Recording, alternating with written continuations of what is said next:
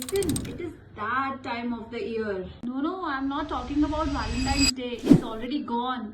अब तो टाइम आ रहा है टैक्स हार्वेस्टिंग, टैक्स प्लानिंग और टैक्स सेविंग का, क्योंकि 31 मार्च आने वाला है. So if you invested in shares, तो जो भी शेयर्स पे आपको लॉस है ना, उनको बेच दो. अब आप बोलोगे कि लॉस पे तो एनीवे वैसे भी कोई टैक्स नहीं है, तो आप ही क्या बोल रहे हो. तो सुनिए, प्रॉफिट्स पे तो टैक्स देना ही है ना.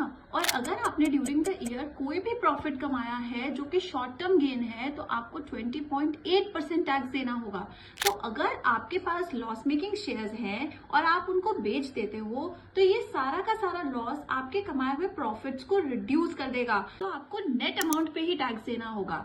जैसे अगर आपने 5 लाख का प्रॉफिट कमाया है और अगर आपके पास इन लॉस मेकिंग शेयर्स को बेच के 2 लाख का लॉस हो जाता है, तो आपको 5 लाख माइनस 2 लाख यानी 3 लाख पर ही टैक्स देना होगा.